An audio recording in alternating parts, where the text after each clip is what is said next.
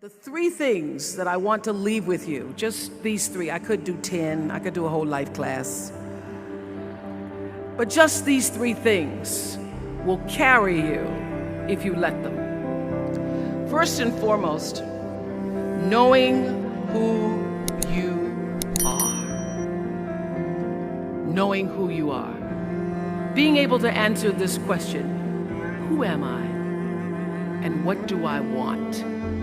I'm not asking for the roles that you play as daughters. I'm not asking that question. What are the roles that you play as a daughter, as a friend, as a sister? You're going to be a lawyer, you're going to teach, you're going to be a pharmacist. I'm asking the bigger question of who am I? Who am I really? My answer is I am God's child. I am that which is born of all that is. I am, as Pierre de Chardin said, a spiritual being having a human experience. Come trailing the breath of the ancestors, yet, but trailing the breath of the angels. And understanding that because I am connected to the source of all that is possible for me. That's who I am. And what do I want? I don't want to just be successful in the world. I don't want to just make a mark or have a legacy.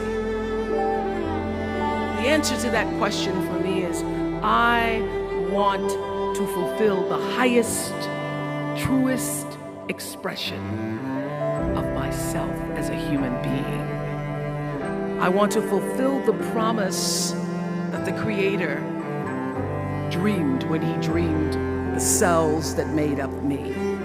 What do I want? You must have some kind of vision for your life. Even if you don't know the plan, you have to have a direction in which you choose to go. What I've learned is that's a great metaphor for life. You want to be in the driver's seat of your own life, because if you're not, life will drive you. So, knowing who you really are in this space and time that we embody. That's number one. What do you want? Who are you? Number two, you must find a way to serve. Martin Luther King said that not everybody can be famous, but everybody can be great, because greatness is determined by service. Now, we live in a world where everybody wants to be famous and where we admire people for just being famous. We think being known brings us value.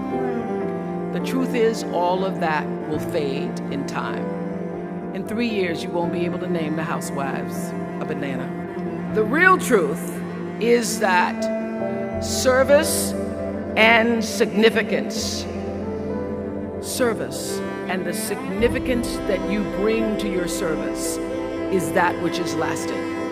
So to be able to, whatever your occupation or job or talent or gift is, our honorees today getting doctorate degrees, to apparently opposite fields, HIV and AIDS and the spoken word. But what they have in common is service, using the spoken word in service to community in the world, using your knowledge and information about HIV and AIDS and medicine in service to the world. And if you look at all the most successful people in the world, whether they know it or not, they have that paradigm of service. Everybody's talking about Mark Zuckerberg and IPO. Service. Jay-Z rapping. Service. Through the word, to people, through song. Using whatever it is you produce, your product, as a way of giving back to the world. When you shift the paradigm of whatever it is you choose to do to service, and you bring significance to that, success will, I promise you, follow you. Service and significance equals success. That's number 2. Number 3, it's so simple, but so hard to do. Always do the right thing. Be excellent. People notice. Think of how you notice. You go to Taco Bell, somebody gives you an extra napkin and some sauce. You notice. You want to go back to that person. Because even at Taco Bell, excellence shows itself. Be excellent. Let excellence be your brand.